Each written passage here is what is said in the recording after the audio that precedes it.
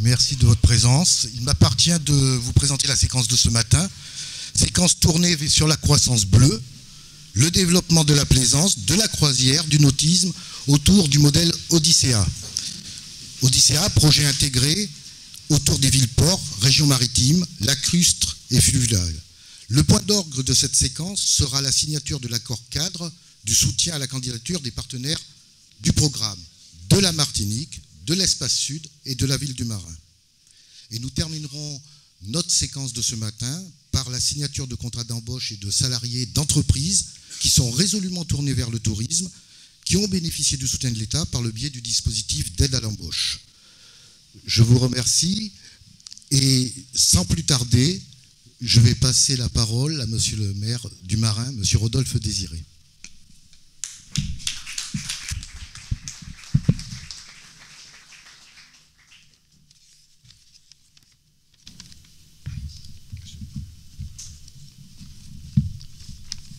Monsieur le ministre,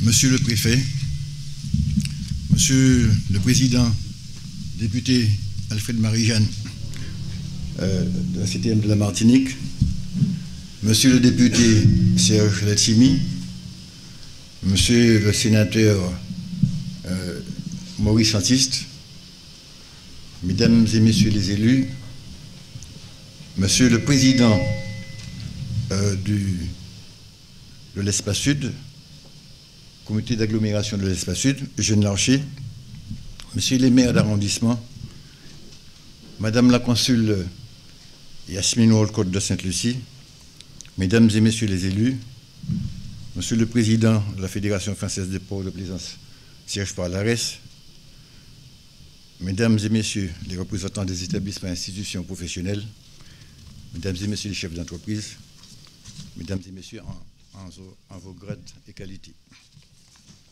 Monsieur le ministre, permettez-moi de vous saluer au nom de la population et des professionnels du tourisme nautique de la Martinique et plus précisément du Marin.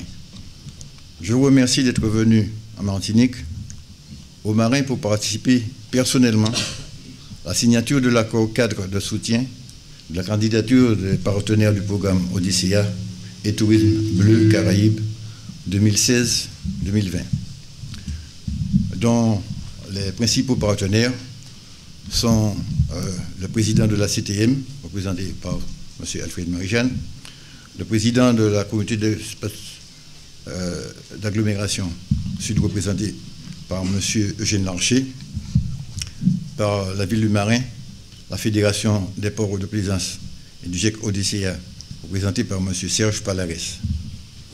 Je laisserai au président Serge Parlarès le soin de présenter lui-même le GIEC Odyssea, et à M. Claude Méric, membre de la Fédération française des ports de plaisance, de présenter le programme Odyssea, Croissance, Tourisme Bleu Caraïbes.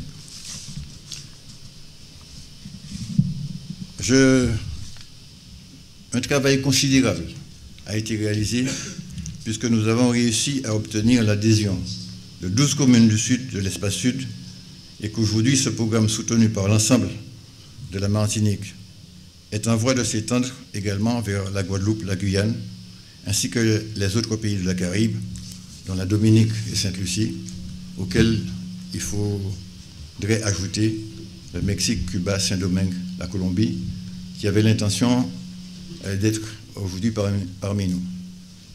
C'est dire que ce processus est intervenu de manière lourde et efficace dans l'intégration et la coopération caraïbe pour un modèle de développement intégré du tourisme nautique dans cet espace géographique.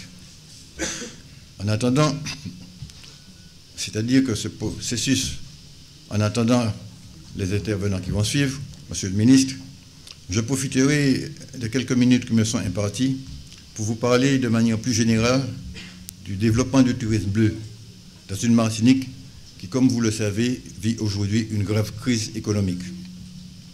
Le tourisme bleu et la plaisance sont les seuls secteurs qui ont progressé ces dernières années et qui ont résisté à cette crise économique généralisée que nous connaissons. Aujourd'hui, le Marin, son port de plaisance et son centre de carénage sont en pleine croissance. Avec un port de plaisance de 850 anneaux dont 100 corps morts, et un centre de carénage ultramoderne, terminé en décembre 2015, pouvant caréner des bateaux jusqu'à 440 tonnes. Ces infrastructures nous placent, du point de vue de la plaisance, en pole position dans la Caraïbe Sud. Signalons qu'avec le bassin de Guadeloupe à Fort-de-France, qui peut recevoir des navires jusqu'à 190 mètres de long, la Martinique se positionne en pole position pour la maintenance des navires du Venezuela à Porto Rico. Le nautisme et la navigation de plaisance constituent un véritable booster pour le développement du tourisme aux Antilles. Il faut savoir que la Martinique ne possède que 3000 anneaux et dont environ 2200 pour le marin, pour de plaisance et centres de carénage. La Guadeloupe en possède à peu près autant. Or, pour être une véritable destination plaisance, il faut posséder entre 5000 et 10 000 anneaux. Si on pouvait atteindre ces chiffres pour la Martinique et la Guadeloupe, dans les 5 ans qui viennent, les Antilles françaises deviendraient une destination plaisance incontournable sur le plan mondial. Signalons que les retombées du tourisme de la plaisance sur l'économie martiniquaise avoisinent les 45 millions d'euros. À titre d'exemple, la croisière tourne autour de 9 millions d'euros. À ce titre, la Martinique et la Guadeloupe, que l'on pourrait qualifier de frontière occidentale de la France dans la zone américaine, jouent un rôle important dans la Caraïbe. Mais la concurrence dans cette région devient de plus en plus menaçante, que ce soit dans les îles du Sud ou vers le Nord, où Cuba connaît un développement prodigieux du tourisme et du nautisme depuis que Raúl Castro et Barack Obama se sont serrés la main à Mexico il y a un an. C'est dire que l'avenir de notre économie bleue est déjà fortement concurrencé et menacé. Monsieur le ministre, c'est en réalité tout le système économique antillo-guyanais qui pose problème et qu'il faut revoir. Vous n'êtes pas sans savoir que de nombreuses voix s'élèvent pour trouver une voie de sortie à la grave crise économique que nous connaissons aujourd'hui, due à de nombreux handicaps, et les mots que l'on entend fréquemment ces jours-ci sont baisse des charges généralisée. Mon analyse est plutôt qu'il faut s'orienter beaucoup plus sur de nouvelles mesures structurelles plutôt que sur les nombreuses mesures conjoncturelles qui ont été prises ces dernières années.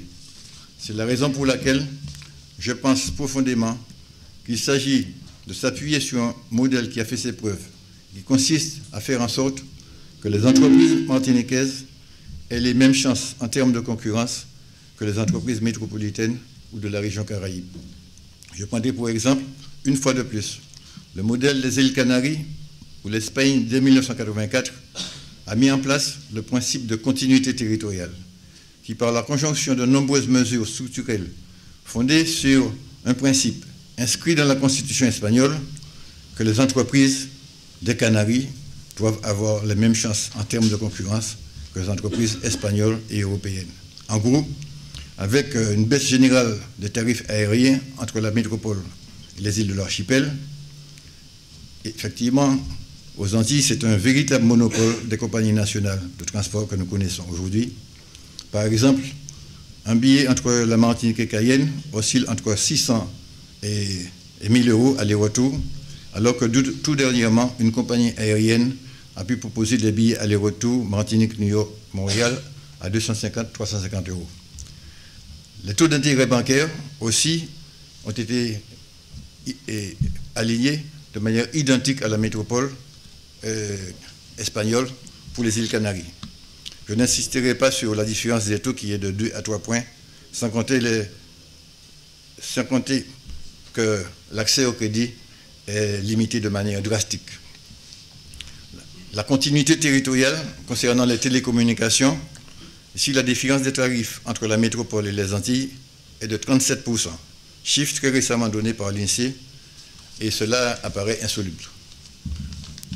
Les Canaries bénéficient d'une fiscalité spécifique incitative pour l'exportation, un port franc à Gran Canaria, qui est devenu en quelques années le 3e port de commerce espagnol, des zones franches d'activité dans les autres îles de l'archipel canarien. Ainsi, en 30 ans, les Canaries qui, comme nous, appartiennent aux régions ultrapériphériques de l'Europe, les RUP, ont procédé à un rattrapage significatif vis-à-vis des autres régions espagnoles. Pour résumer, Ici, nous avons besoin d'être concurrentiels dans un espace caraïbe en pleine expansion.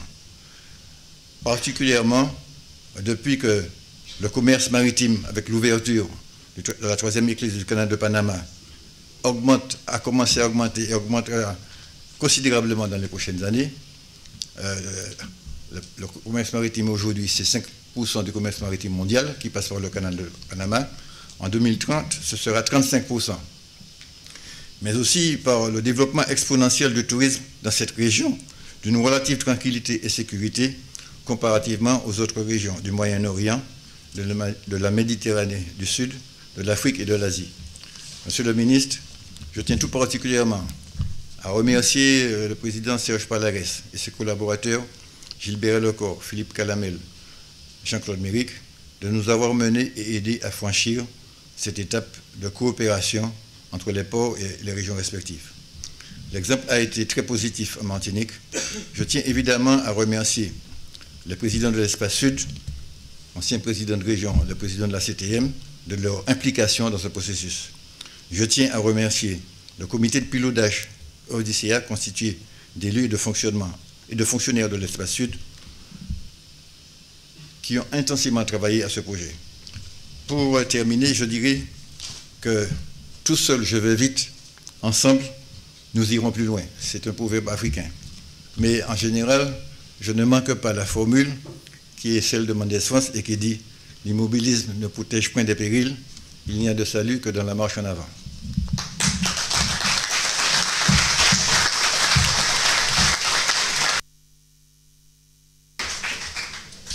Monsieur le ministre, donc dans la poursuite suite au discours de M. Désiré, je vais directement passer la parole à M. Payares et à M.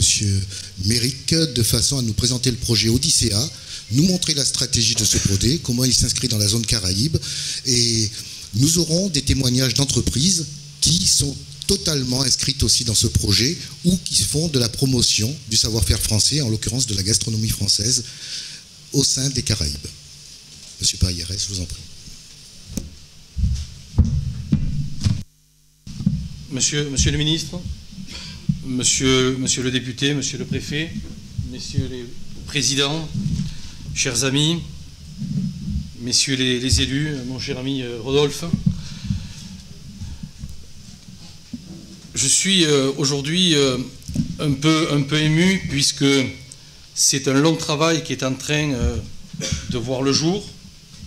C'est ma deuxième venue en Martinique. Et je ne vous cache pas que le travail qui a été fait par mes équipes et par vous, par les hommes qui sont ici devant vous, par Eugène Larcher et par Rodolphe Désiré et par Monsieur Lechtimi et maintenant Monsieur Marie-Jeanne, le président de la CTM. Je crois que comme ancien joueur de rugby professionnel, l'équipe qui s'est montée en Martinique est remarquable, a été remarquée, et je crois que l'essai qui a été marqué depuis quelques années, on va tous ensemble le transformer. Et je suis très heureux qu'un homme que j'apprécie beaucoup, on ne se connaissait pas, mais on se suivait, du moins je le suivais par le regard, c'est notre ministre du Tourisme. C'est un homme aujourd'hui qui a mouillé sa chemise. Et quand on me connaît, je n'ai pas de langue de bois devant qui que ce soit. Mais je dis ce que je pense. Au moins, je n'ai pas des aigreurs d'estomac et je pars l'âme tranquille et sereine. Donc nous avons ici devant nous un homme qui est proche de la vie économique française, qui est proche des préoccupations, parce que nous sommes dans une période de préoccupation. Il nous écoute, il nous entend et travaille avec nous. Et pour ça, monsieur le ministre, je souhaitais vous rendre un hommage appuyé, sincère, parce que toutes les personnes qui vous côtoient, Michel Durieux ici présent, est un homme de qualité et d'exception, et je crois que si un capitaine est bon, comme vous l'êtes aussi parce que vous avez su vous entourer de personnes de qualité et compétentes. Et ça, Monsieur le Ministre, je vous en remercie. Je l'ai dit au Président de la République, je l'ai dit au directeur de cabinet du Président de la République. Je sais que vous êtes parmi et dans le gouvernement des hommes sur qui on peut compter et on doit compter dans un proche avenir. Donc je souhaitais vous le dire publiquement et devant tous mes amis. Alors, revenons aujourd'hui à ce qui nous unit. En 2008, nous avons voulu créer à la Fédération française des ports une nouvelle stratégie des ports de plaisance plus territoriale, plus solidaire, avec d'autres acteurs économiques comme le monde de l'agriculture, de la viticulture chez moi, à Perpignan, et du monde de la gastronomie, mais aussi sur l'artisanat, tout ce qui fait la vie et la mémoire d'un territoire. L'idée d'Odyssea avait pour objectif de connecter le port, véritable outil économique et place de marché de son terroir, pour la mise en place de nouvelles offres de marché et d'offres d'itinérance et d'escales thématiques pour rendre plus attractifs nos ports au sein d'une stratégie de destination. Une opération valorisée par les nouvelles technologies pour promouvoir les escales originales et attirer ainsi des nouvelles clientèles, satisfaire et surtout fidéliser celles existantes. Odyssea, c'est d'abord une valeur ajoutée apportée aux destinations portuaires, à la plaisance, aux plaisanciers, à la croisière, aux loisirs nautiques, à tous ceux qui gravitent et rayonnent autour d'un port avec de nouvelles routes maritimes historiques, incitant à la navigation et de nouveaux équipements invitant à la découverte des territoires via des itinéraires historiques, culturels, mer et terre. Le modèle Odyssea doit susciter en territoire des projets innovants et attractifs pour les ports et les sites en bord de mer. Innovants, mixité des usages, ouverture et accessibilité au public, performance économique, excellence environnementale et sociale sont les principes directeurs du label Odyssea. C'est les principes directeurs d'une nation qui doit à un moment donné réussir et je pense que nous sommes dans le droit chemin. Retenu comme projet stratégique par l'Union pour la Méditerranée, labellisé par son conseil culturel, retenu comme projet exemplaire par la Commission européenne, il est en phase pilote ici à Martinique avec nos amis de la CTM et son président, Alfred Marie-Jeanne, l'espace Sud-Martinique et son président et ami Eugène Larcher, et la ville du Marin et son maire et ami Rodolphe Désiré. Le modèle Odyssea amène une vraie valeur ajoutée, comme je vous l'ai dit, sur les territoires qui s'engagent. Il précise dans la culture locale le modèle de gouvernance, le modèle économique, le modèle social, le modèle environnemental culturel, l'éthique et la qualité et l'excellence. Il a été rédigé dans le cadre d'une mission d'appui interministériel tourisme, culture et communication, agriculture, aménagement du territoire, écologie, développement durable, présidé par le secrétariat d'État au tourisme et a profité du concours d'une task force européenne et d'un comité d'experts dirigé par l'Institut des itinéraires culturels du Conseil de l'Europe. Voilà, quand je vous parlais d'équipe, c'est ça, cette équipe-là qui s'est montée et qui est en train de gagner son pari. Le tourisme bleu, Odyssea, intègre aujourd'hui, autour des villes-ports, comme ici au Marin, les pratiques et loisirs de la plaisance, de la croisière, de la voile et des 30 activités nautiques qui gravitent autour d'un port. Notre objectif, qu'il soit clair, est la mise en place d'un écotourisme et en itinérance et des voies bleues et vertes d'une destination à l'exemple du Sud Martinique.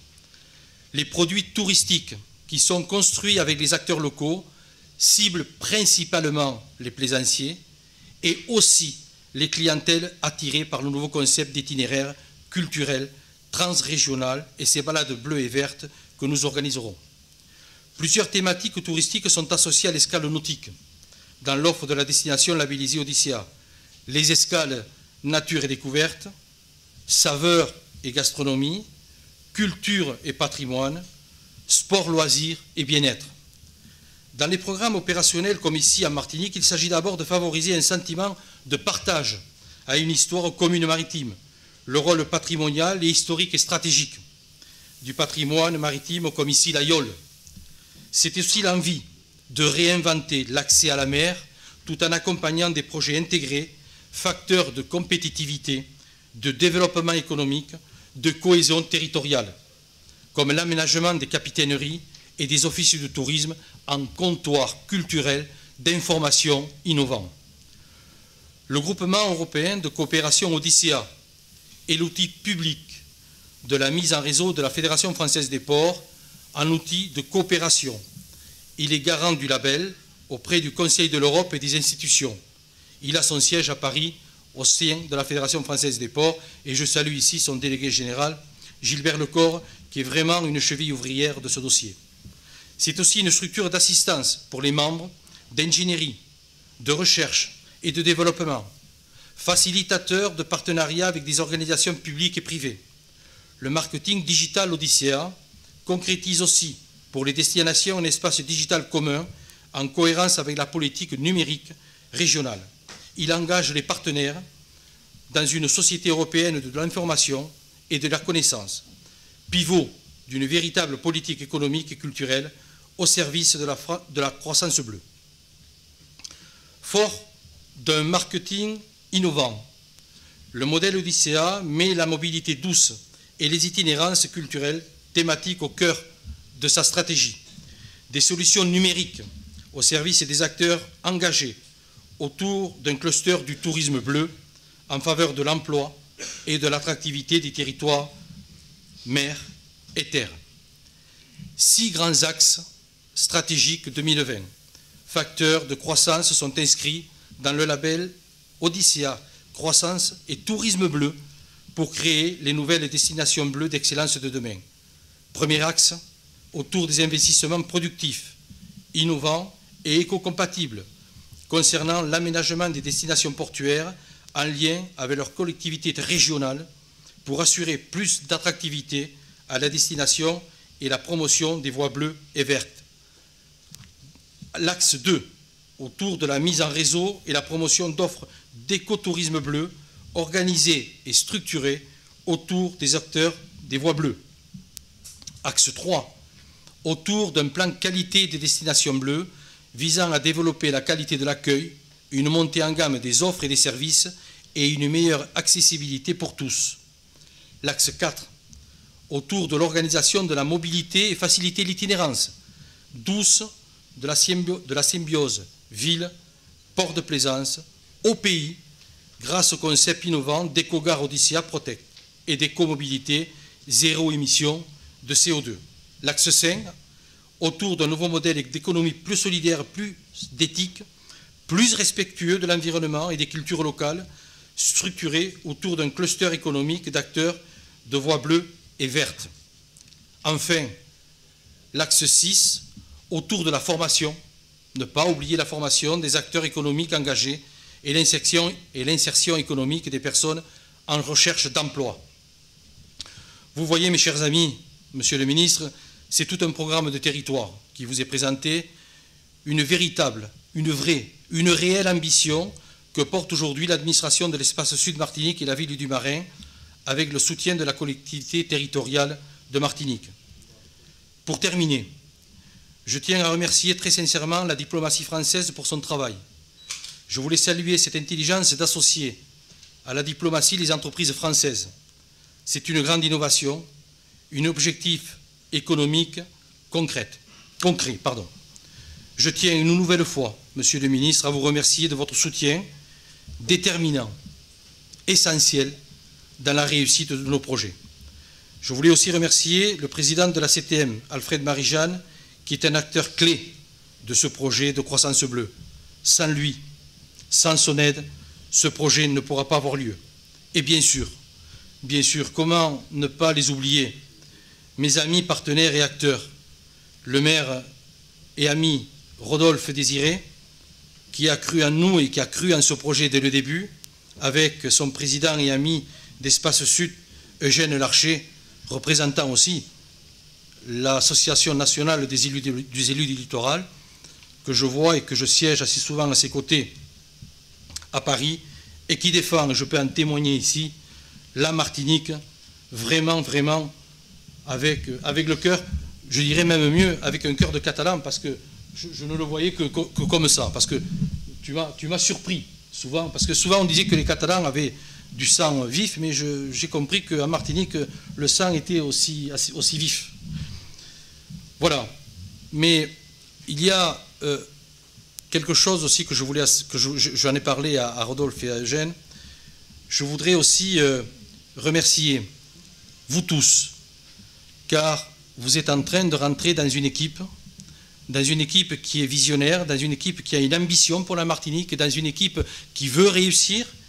Et cette population aujourd'hui que vous représentez, cette population économique, associative, que vous représentez, culturelle, je crois que si vous ne tendez pas la main, si vous ne venez pas à eux, si vous ne leur apportez pas ce soutien qu'ils ont besoin, ça sera difficile. Ils y arriveront, mais ça sera difficile. Je crois que la population, les entreprises, doivent rentrer complètement à corps perdu pour réussir à ce que la Martinique, la France, soit un pays de gagnants. Nous soyons gagnants sur ce projet-là, car il en va de notre avenir. Vous êtes aux portes d'un marché émergent qui est en train de s'ouvrir, et il est très important aujourd'hui que l'économie martiniquaise, la vie martiniquaise, s'associe à tous ces élus qui sont de qualité et d'une compétence rare pour, je vous l'ai dit, transformer cet essai qui en vaut la peine. Alors, essayez de vous convaincre d'une chose aujourd'hui, tout simplement. Il ne faut pas attendre d'être parfait pour commencer quelque chose de bien. Et ça, ce n'est pas un philosophe qui le disait, c'était mon père. Merci.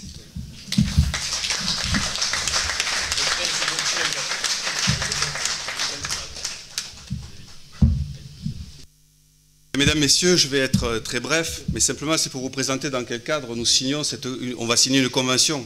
Et dans une convention, il y a un contenu. Je vais essayer de vous le synthétiser très rapidement. D'abord, c'est quoi cette convention? C'est une ambition commune pour développer la stratégie internationale de croissance bleue en faveur de l'emploi du tourisme maritime et côtier, pour renforcer le programme actuel de la Martinique et de l'espace sud Martinique. L'objectif, c'est un développement durable et solidaire, organisé autour des ports, autour d'opérations innovantes, et le président l'a dit, au niveau de la croisière, des loisirs nautiques, la culture et le patrimoine. C'est un développement exemplaire que nous devons mettre en place. Cette convention, elle est née suite à un déplacement avec le ministère des Affaires étrangères et du développement international au Mexique. Et je crois que c'est important, nous le saluons, parce que l'objectif était de déposer aujourd'hui un projet stratégique au mois de novembre, courant 2016. Et tout cela en cohérence avec les 27 mesures en faveur des destinations d'outre-mer qu'a pris le ministère du Tourisme, comme par exemple le renforcement et la valorisation de l'offre gastronomique. Je crois que c'est important. Pour cela, il faut aller chercher des fonds européens, notamment au niveau des programmes Interreg. 86 millions sont possibles en financement à 75% pour ceux qui s'engageront ici dans la Caraïbe, avec des partenaires de premier niveau, et viendront nous rejoindre le Mexique, Cuba, la Colombie, la République dominicaine, Sainte-Lucie, avec qui on a eu des apports. Alors pourquoi? Nous sommes tous d'accord de faire un constat. Le manque d'anneaux de plaisance, le manque de services, d'équipements pour faire de la Martinique une destination compétitive dans les Caraïbes. Il faut aussi faire face aux destinations émergentes comme Cuba. Se regrouper, se fédérer, unir nos territoires ultramarins, c'est mieux nous armer face à la concurrence disposant de législations plus favorables. Il faut jouer ensemble l'attractivité de la marque France en version originale Martinique. Alors comment? Concrètement, au niveau local, il s'agit pour la Martinique de créer un véritable territoire de projet qui connecte la destination, le littoral, ses ports aux territoires ruraux, avec des opérations stratégiques de développement territorial durable, d'organisation de la mobilité, c'est vrai que c'est très embouteillé, en lien avec les entreprises et aussi les acteurs locaux. Ça doit être un catalyseur économique pour la croissance, l'emploi, des emplois non délocalisables et un pilier incontestable en termes d'inclusion sociale.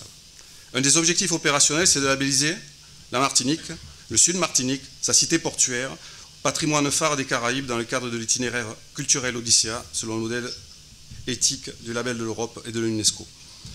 Je ne vais pas dire tous les résultats escomptés parce qu'ils sont immenses. L'important, c'est de renforcer la compétitivité des entreprises, protéger notre environnement culturel et naturel, avec un développement d'un tourisme durable. Surtout, renforcer le capital humain par la mobilité étudiante, professionnelle, le renforcement des capacités linguistiques, de former nos jeunes dans les métiers de l'économie bleue, mais aussi accompagner la mutation de ceux déjà en activité pour mieux répondre aux attentes des marchés cibles et des clientèles. Je crois que c'est important d'accompagner aussi efficacement les aéroports ultramarins concernés par la croisière et la plaisance pour optimiser les dessertes des compagnies aériennes, mais aussi renforcer en Martinique un nouveau concept du salon du tourisme bleu, le SMILE, en faveur de la promotion de la destination et des entreprises des Caraïbes en écho du salon de Miami. Organiser le réceptif, car sans réceptif, on ne peut pas développer du tourisme. Ces opérations doivent attester votre capacité à développer des offres plus tendances, plus attractives, avec les organismes locaux, comme les offices du tourisme, les capitaineries, les entreprises concernées, comme les romeries, les hébergeurs, les restaurateurs, les artisans d'art et culturels, parce que ce sont ces forces vives qui font l'attractivité d'un territoire, tout comme le développement de la pratique du nautisme, notamment avec des flottes collectives, pour l'ouverture de la pratique de la voile au plus grand nombre. En termes de calendrier, l'objectif, c'est de déposer en novembre 2016, au moment du SMILE, ce dossier de coopération internationale. Tous les ingrédients de la réussite sont dans ce territoire, de votre capacité à coopérer. Il s'agit maintenant de les assembler, de les mettre en scène et de les promouvoir. Et pour ma part, j'en suis convaincu, et les témoignages qui vont suivre concrétisent votre capacité à innover pour réussir ce challenge qui nous attend.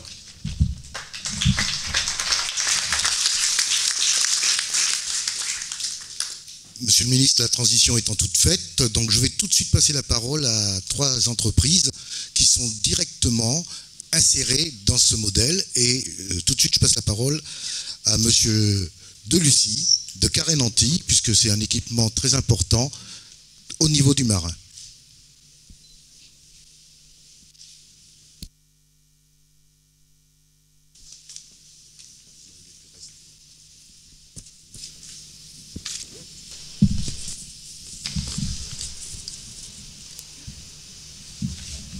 Monsieur le ministre, mesdames et messieurs, pris en vos grades de qualité, le centre de carénage est la propriété de la ville du Marin, gérée par Carré-Nanty dans le cadre d'une délégation de service public.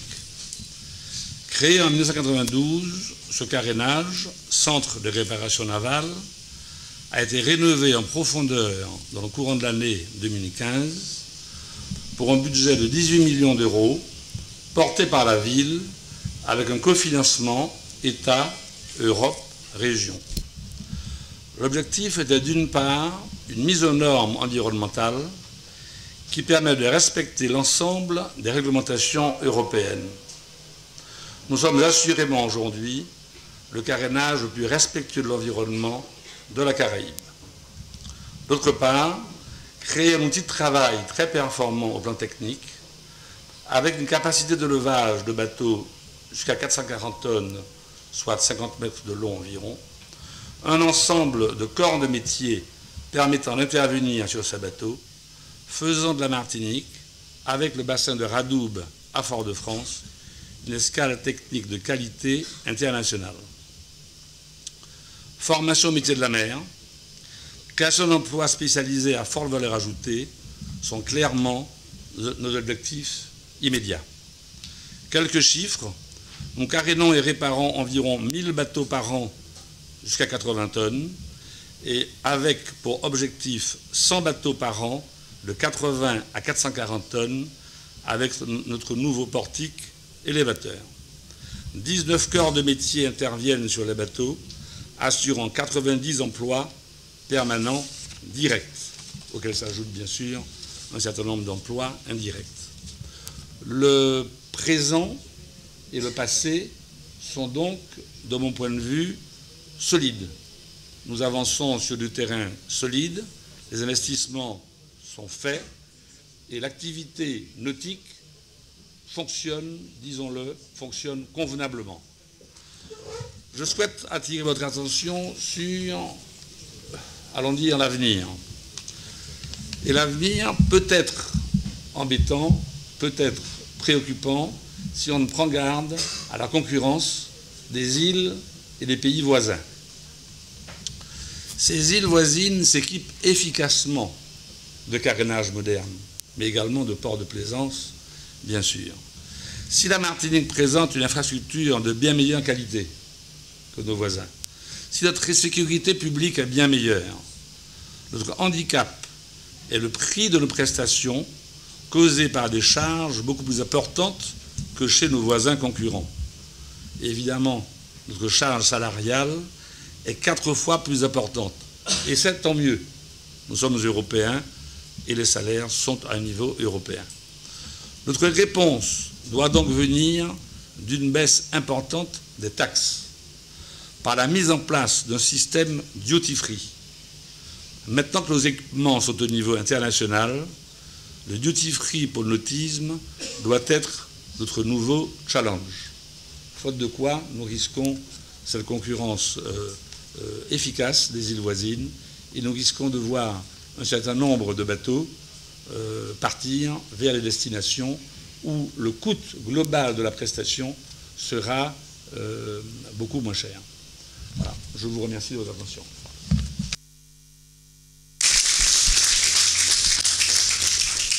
Notre propos, c'est aussi la plaisance, et je passe la parole tout de suite, comme il le souhaite, soit au pupitre, soit directement tourné vers le public.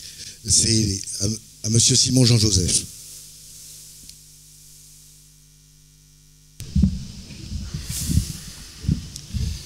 Monsieur le ministre, Monsieur le président du Conseil exécutif de la Martinique, Monsieur le député, Monsieur le président de la CACEM, Monsieur le sénateur, Monsieur le préfet, Monsieur le sous-préfet, Monsieur le maire, Monsieur le président de l'Espace Sud, Monsieur le président de la Fédération française des ports de plaisance, Mesdames et Messieurs les élus, Mesdames et Messieurs, bonjour à tous. En tant que président directeur général du port de plaisance, je vais m'efforcer de vous donner un aperçu le plus exhaustif possible de ce qu'est le port de plaisance du Marin, ainsi que des enjeux majeurs du nautisme pour la Martinique. Sous l'impulsion de son maire, le Marin est devenu une destination de premier plan pour la plaisance. Il a fallu 25 ans pour que soit développée une infrastructure d'envergure régionale, les Caraïbes, conservant un équilibre entre dynamisme économique et préservation du biotope. Quelques chiffres pour illustrer mon propos.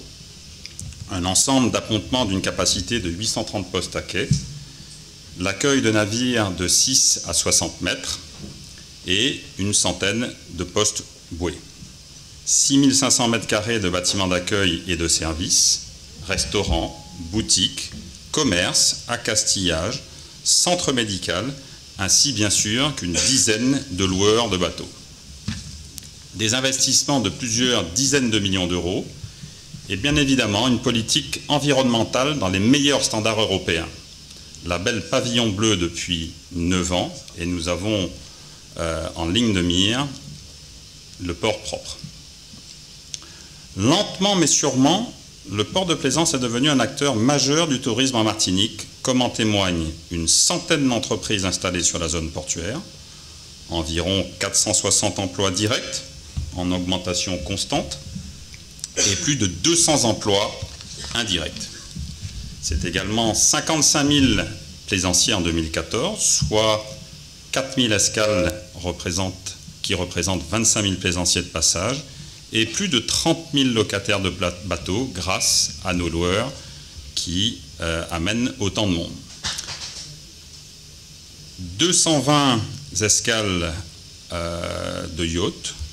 Le Marin, c'est également un port d'accueil de plusieurs transats internationales, avec notamment l'Atlantic Odyssey, la Blue Planet Odyssey, la Transquadra, l'Ariane Cup. Enfin, un centre de carénage de pointe, comme vient d'en parler Jean-Louis, pour accueillir des navires jusqu'à 440 tonnes.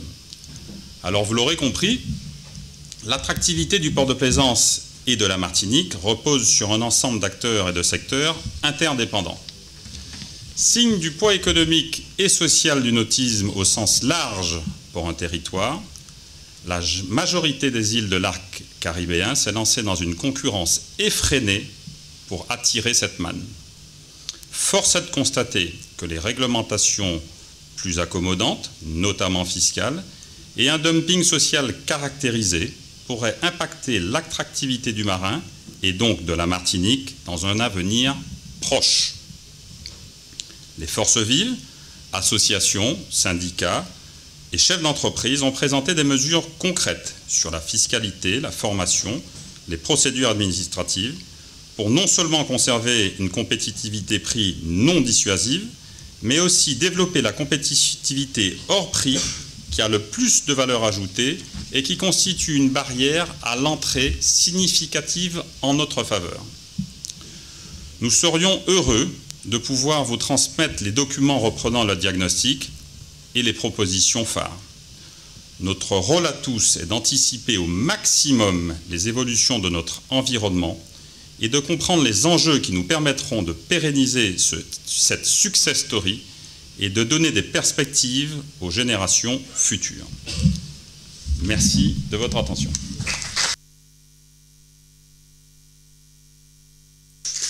Et dernier témoignage, un témoignage tourné sur le savoir-faire français et la gastronomie.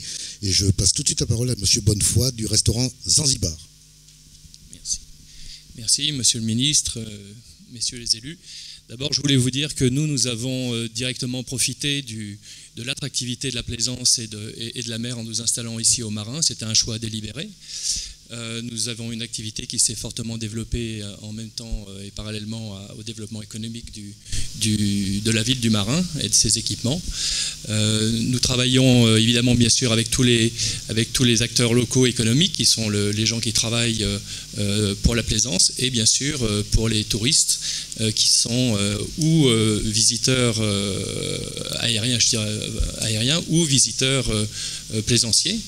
Nous avons décidé cette année, en 2016, de porter la gastronomie dans l'eau, puisque nous allons équiper le restaurant d'un ponton d'accueil pour les annexes et éventuellement pour du dépose-minute et de l'embarque-minute.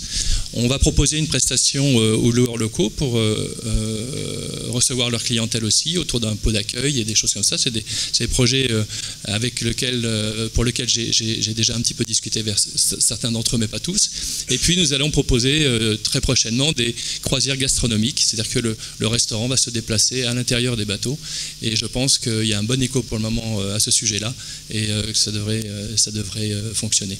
Alors nous, moi juste une petite, pas requête, mais notre besoin, il y a évidemment les préoccupations économiques basiques, les taxes, etc. Nous, on a un problème de formation, de trouver un personnel qui est formé et endurant. Et je pense qu'il y a vraiment une incitation à pousser les jeunes à s'orienter vers, au moins en Martinique, s'orienter vers les métiers de bouche, comme on dit, métiers de plaisance. Il faut aujourd'hui que les jeunes comprennent qu'il faut qu'ils soient bilingues anglais, hein, c'est indispensable. Nos recrutements se font comme ça. Et surtout qu'ils s'inscrivent dans des approches et des visions de formation endurante, parce que c'est des métiers qui sont difficiles. L'avantage, c'est qu'il y a toujours du travail chez nous et qu'on recrute toujours en permanence. Voilà, merci.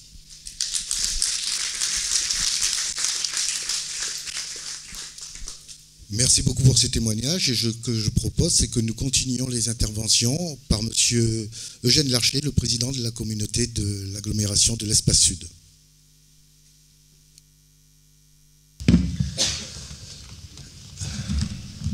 Monsieur le secrétaire d'État, Monsieur le préfet,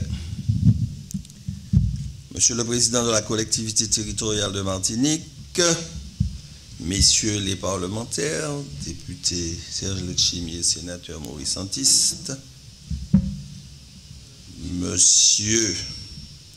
Messieurs les présidents de communautés d'agglomération de la CACEM et de Cap-Nord, Monsieur le maire du Marin, Messieurs les maires, hein, il y en a quelques-uns présents dans la salle, Madame la consul de Sainte-Lucie, hein, Mesdames et Messieurs les élus, Monsieur le président de la Fédération française des ports de plaisance, Mesdames et Messieurs les représentants du monde de l'entreprise, des professionnels du tourisme, de la plaisance et du nautisme, Mesdames et Messieurs, en vos titres, grades et qualités. Je suis particulièrement heureux de la tenue de cette cérémonie de signature d'accord cadre aujourd'hui. Nous avons tous la sensation de vivre un moment important pour le territoire sud, pour la Martinique, pour la Caraïbe et l'ensemble de nos partenaires de l'Hexagone. Je ne doute pas que le cercle va s'élargir, d'autant que nous pouvons déjà compter sur l'implication de la Guyane, du Mexique, de la Colombie, de Cuba et de la République dominicaine, qui n'ont pu être représentés ce matin.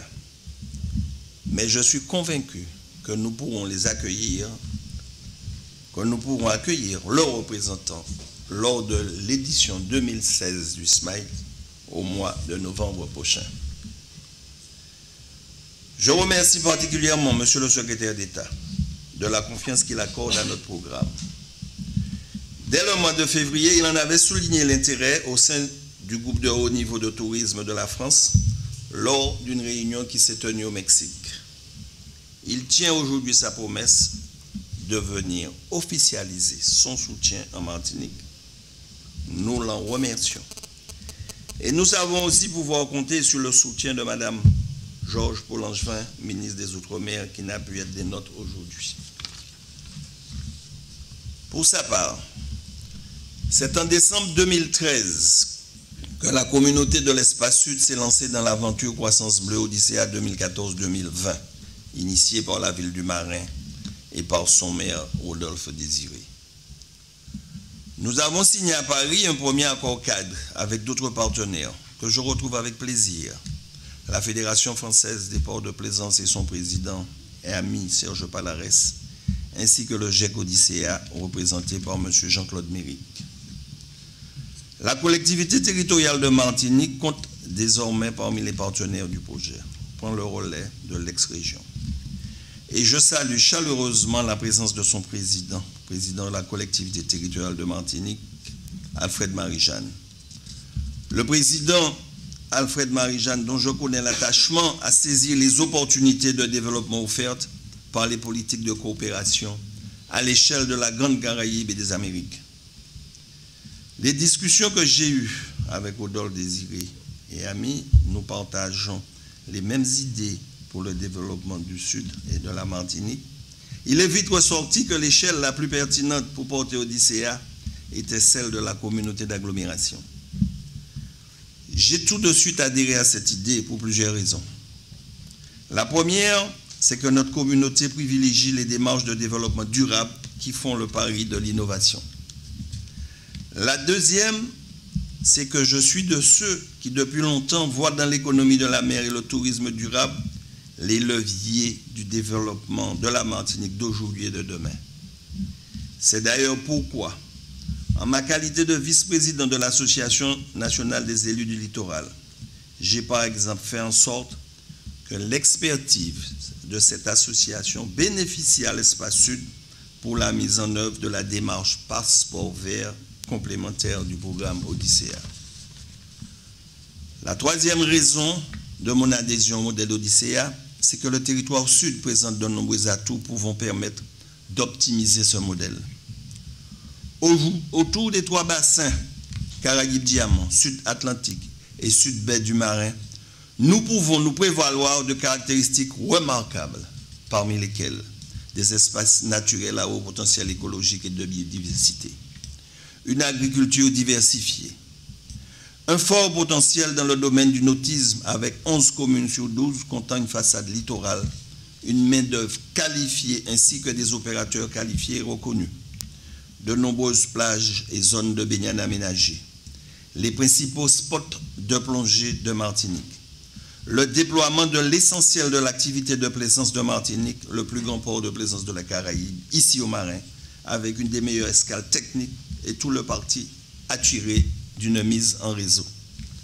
Le territoire sud, c'est aussi un potentiel de développement des énergies renouvelables, un patrimoine historique et culturel important, mais aussi les 3/4 de l'offre martiniquaise d'hébergement touristique et 70% des hébergements labellisés de l'île. Ce qui importe désormais, au-delà du recensement des atouts, c'est de les inscrire à travers Odyssea dans un véritable projet stratégique de développement intégré à partir du port du Marin. Pour ce faire, nous avons déjà élaboré des propositions précises de structuration de la croissance bleue, plaisance, croisière et loisirs nautiques, par la définition d'escale, nature et découverte, saveur et art de vivre, mais également culture et patrimoine. L'espace sud engage par ailleurs des actions prioritaires qui vont renforcer la dynamique impulsée. Et je pense notamment à la gestion intégrée de la zone côtière et maritime à travers le contrat littoral, à notre programme de création de zones de mouillage, à l'accompagnement des marins pêcheurs pour le pescatourisme et des entreprises dans le domaine de l'agrotourisme, à l'amélioration de la qualité de service des restaurateurs en lien avec la Chambre de commerce, à l'organisation de l'écomobilité sur le territoire, sans oublier la future gestion de la compétence animation touristique. Ce qui importe aussi, au-delà des atouts, c'est la conscience que nous avons des défis qu'il nous reste à relever.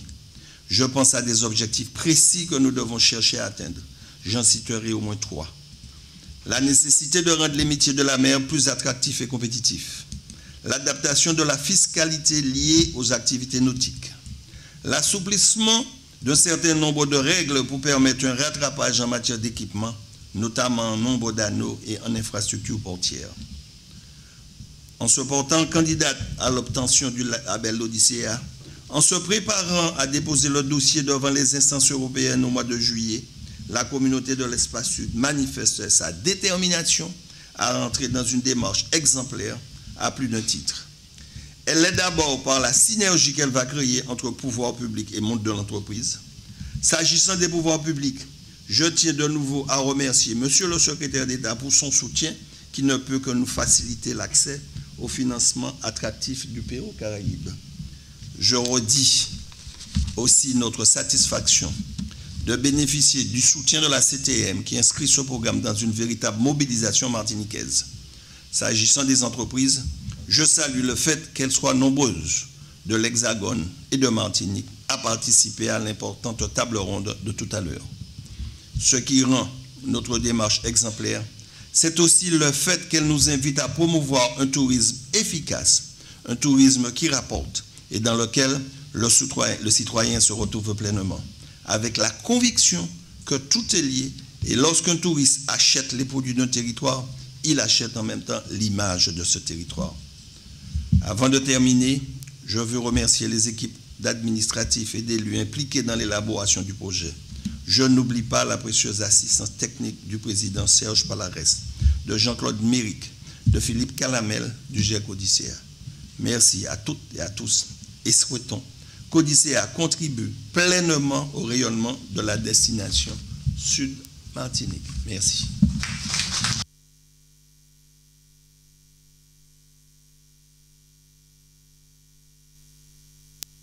Monsieur le Président du Conseil exécutif de la collectivité territoriale de la Martinique, Monsieur Alfred Marie-Jeanne.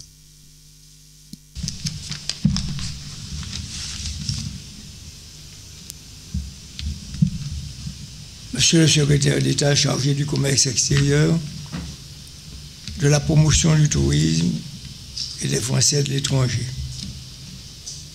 Monsieur le préfet,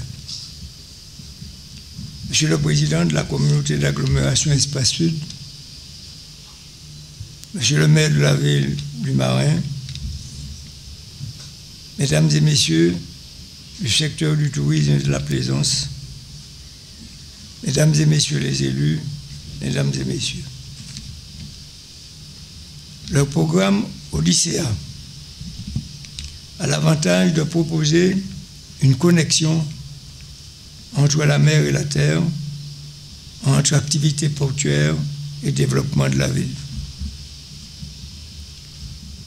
C'est une vision de mise en valeur de notre espace maritime qu'il faut aussi veiller à protéger. Anciennement, le développement des villes tournait le dos à la mer. Le parti pris de la ville du Marin est audacieux, malgré les contraintes. Il offre un modèle concentré de services encore peu reproduit dans la Caraïbe. C'est un atout, et on l'a rappelé déjà avant moi, et un avantage stratégique pour la progression du tourisme de plaisance. La collectivité territoriale de Martinique prévoit l'articulation de la politique de la mer avec d'autres filières telles que l'énergie et le tourisme. Ce que nous mettons en avant, c'est l'orientation, comme on l'a rappelé bien souvent, vers la croissance et le tourisme bleu, en préservant bien sûr la pêche artisanale, tout en envisageant une évolution vers une pêche hauturière et semi-industrielle. Le projet Odysséa devrait pouvoir être relié à un autre, celui que j'ai initié avec l'ensemble des pays de la Grande Caraïbe. J'ai nommé le projet MCR-ZTDC, mécanisme de coopération régionale pour la mise en place de la zone de tourisme durable de la Caraïbe. De nombreux ports de plaisance sont en projet dans la Caraïbe, y compris à Saint-Kitts-Nevis même. Comme vous l'avez rappelé, la concurrence sera rude dans ce secteur et exigera de nous l'excellence avant tout. Tous les acteurs économiques se doivent de proposer une offre de qualité. À cet égard, le comité martiniquais du tourisme doit ajuster la promotion de notre destination de façon plus déterminante. C'est dire que le projet que nous confirmons aujourd'hui a une portée qui dépasse la seule ville du Marin. Il engage la communauté d'agglomération du Sud et aussi la collectivité territoriale de Martinique. L'écrivain argentin Jorge Luis Borges disait dans son hymne à la mer: aujourd'hui, je suis descendu de la montagne à la vallée et de la vallée jusqu'à la mer. Je vous propose, partant d'ici, de faire aussi le chemin inverse pour que dans cet aller-retour, tout le Sud soit concerné par cette trame de croissance verte et bleue. Merci. En pile, merci en chaîne.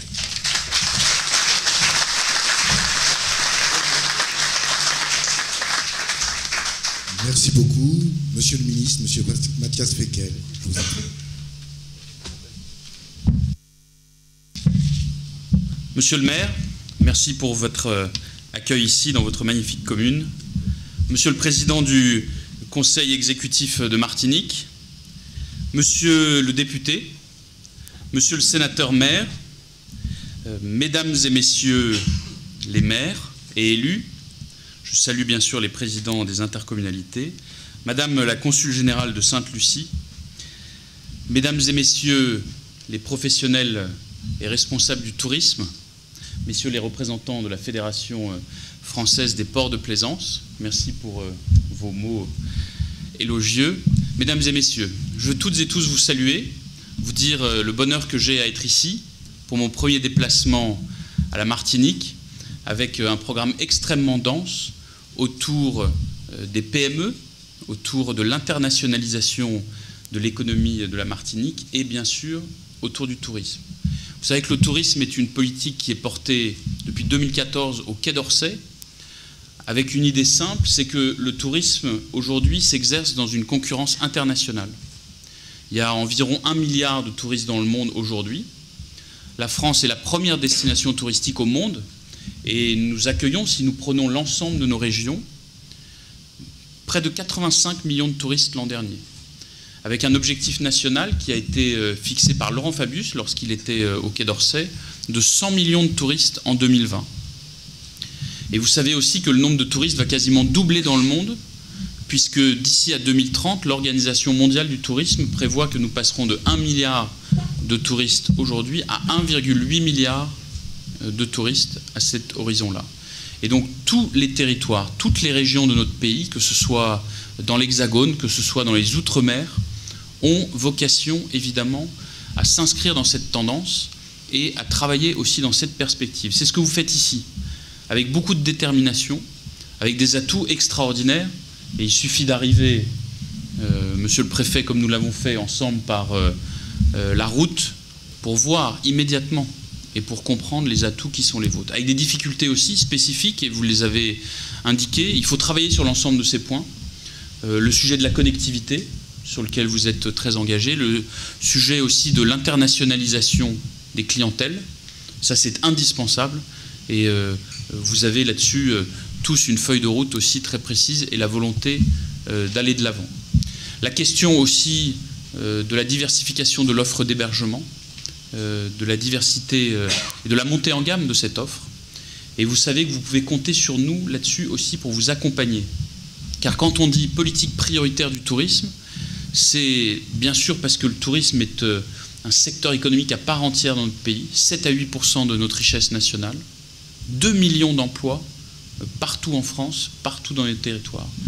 Et cette politique s'accompagne évidemment d'outils précis, autour de l'investissement notamment. Et un fonds a été mis en place avec la Caisse des dépôts et consignations, avec la Banque publique d'investissement, de 1 milliard d'euros d'investissement dans le tourisme sur les prochaines années. Et à l'évidence, il s'adresse à toutes les régions et il a vocation aussi à financer des projets ici.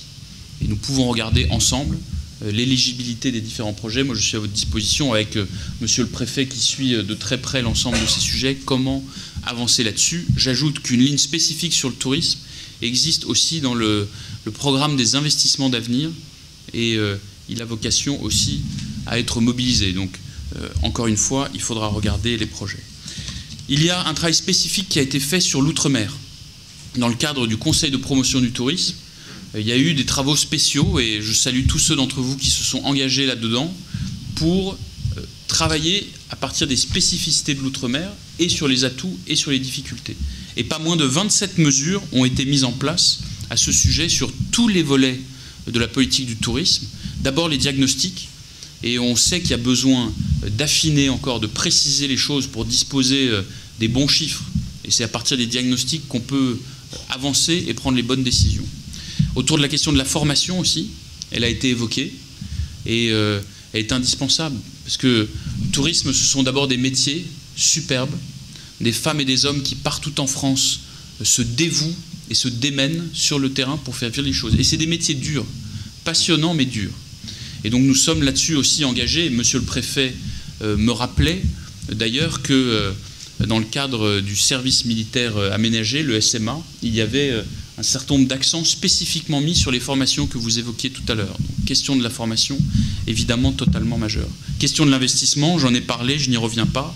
Et puis, tout le travail qui est fait par vous ici, autour de l'économie bleue, autour de la question de la plaisance et des croisières. Et là-dessus aussi, nous avons eu l'occasion d'en parler au Mexique. Nous aurons l'occasion d'en parler dans d'autres pays si vous le souhaitez. Il faut construire cette offre commune.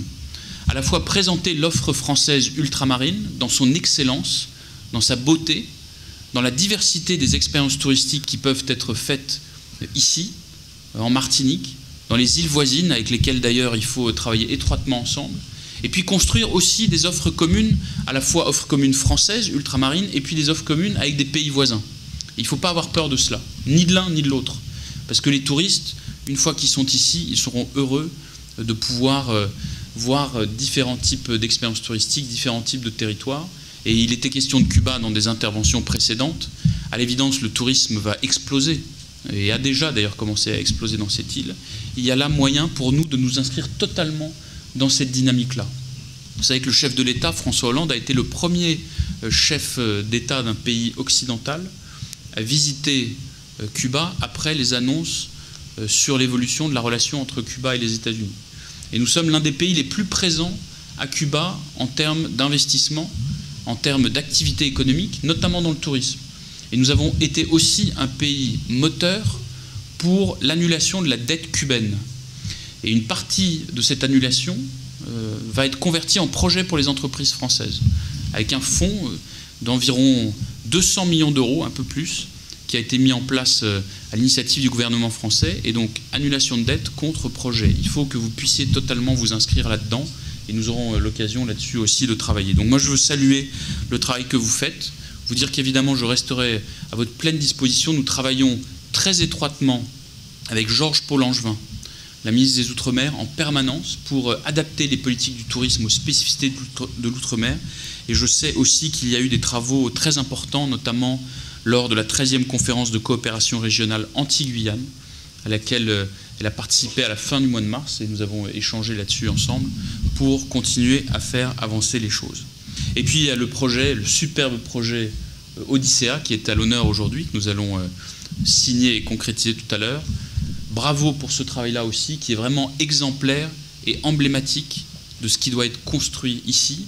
Je veux en saluer les promoteurs, tous ceux qui, dans le public comme dans le privé, y ont toujours cru, l'ont toujours porté et ont toujours voulu qu'il voie le jour. Je crois que pour toutes celles et tous ceux qui se reconnaîtront là-dedans, c'est aujourd'hui un grand jour et un jour très important. Je suis pour ma part honoré de pouvoir y assister. Donc merci à vous. Bravo pour le travail qui est mené ici. Il y a une route magnifique devant nous pour développer toujours plus le tourisme, une activité d'avenir pour la France, pour tous les territoires de France et pour toutes celles et tous ceux qui font vivre ce secteur. À bientôt.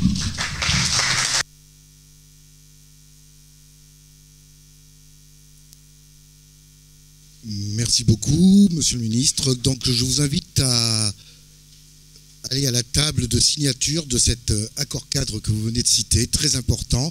Donc, je vous invite, Monsieur le Ministre, Monsieur le Président du Conseil exécutif de la CTM, Monsieur le Président de l'Espace Sud, Monsieur le maire et Monsieur le Président de la Fédération des ports de plaisance.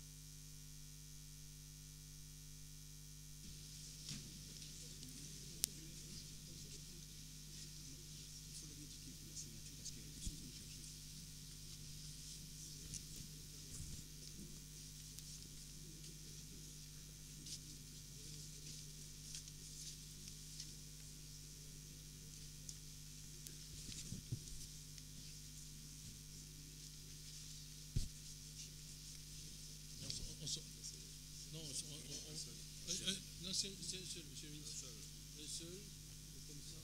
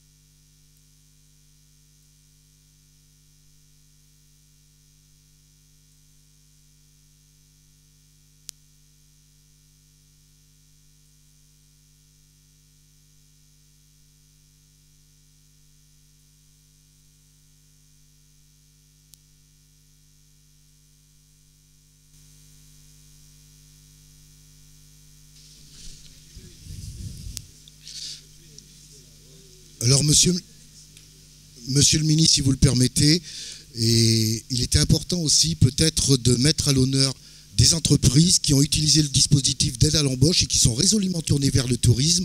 Et c'était l'occasion de votre venue pour justement mettre à l'honneur 3 entreprises que j'ai sélectionnées, mais qui sont résolument tournées vers le tourisme.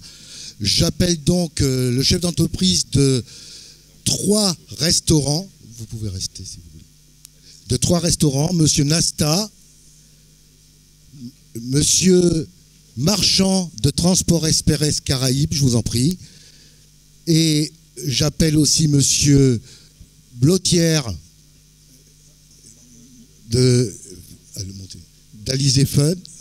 Voilà, je vous en prie, venez. Et nous allons procéder à une signature et en présence de Monsieur le ministre, avec Monsieur le représentant de l'ASP, ici présent, de façon à honorer un peu votre action en matière d'embauche.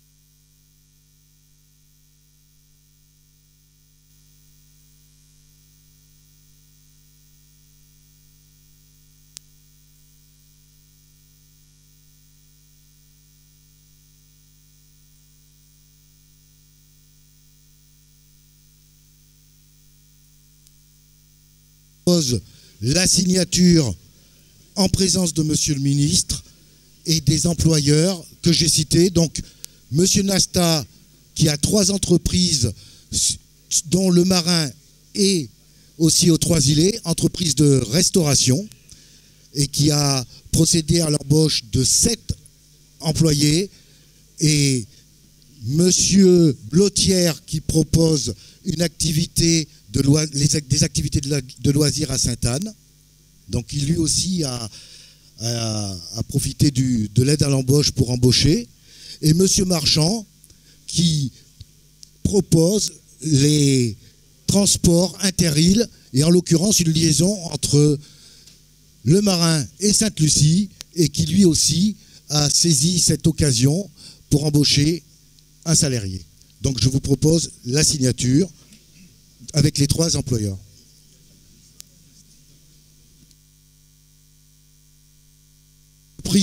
Entreprise Titoc, Monsieur Nasta.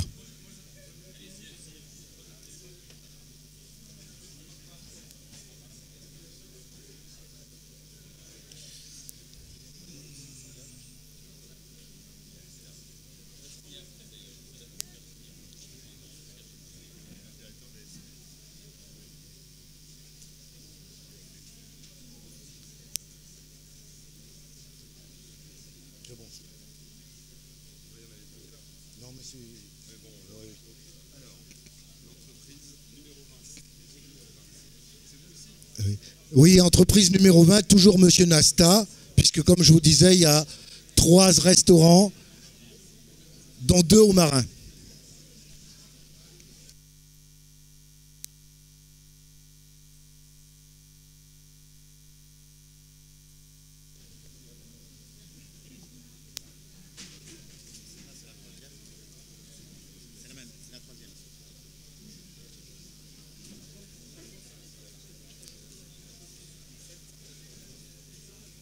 Et encore Monsieur Nasta, on peut l'applaudir parce que pour le restaurant Al Dente aux 3 îlets.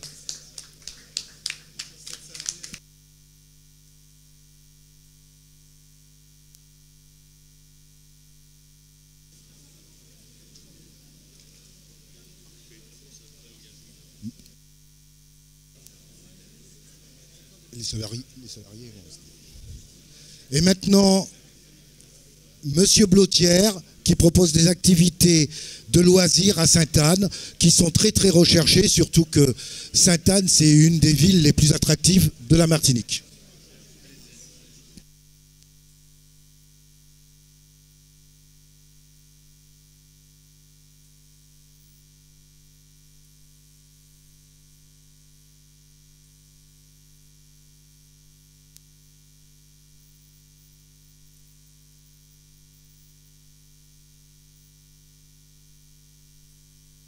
Et enfin, M. Marchand et son associé, qui, dans le cadre du transport maritime, proposent des liaisons entre Sainte-Lucie et le Marin. Voilà. Et entreprise qui a recruté un salarié. 4 salariés, excusez-moi.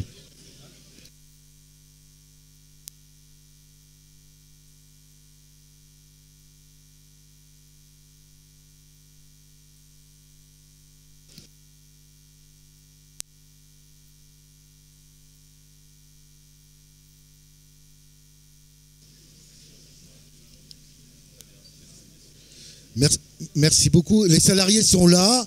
Bon, ils signeront. Et ce que je... Voilà, tout à fait.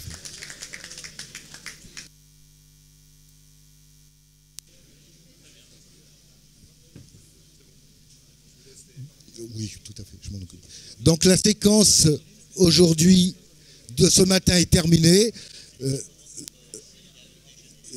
Évidemment, elle se poursuit pour ceux qui participent par des tables rondes cet après-midi, un cocktail et un déjeuner. Et je vous remercie tous d'avoir été présents à cette manifestation. Merci beaucoup.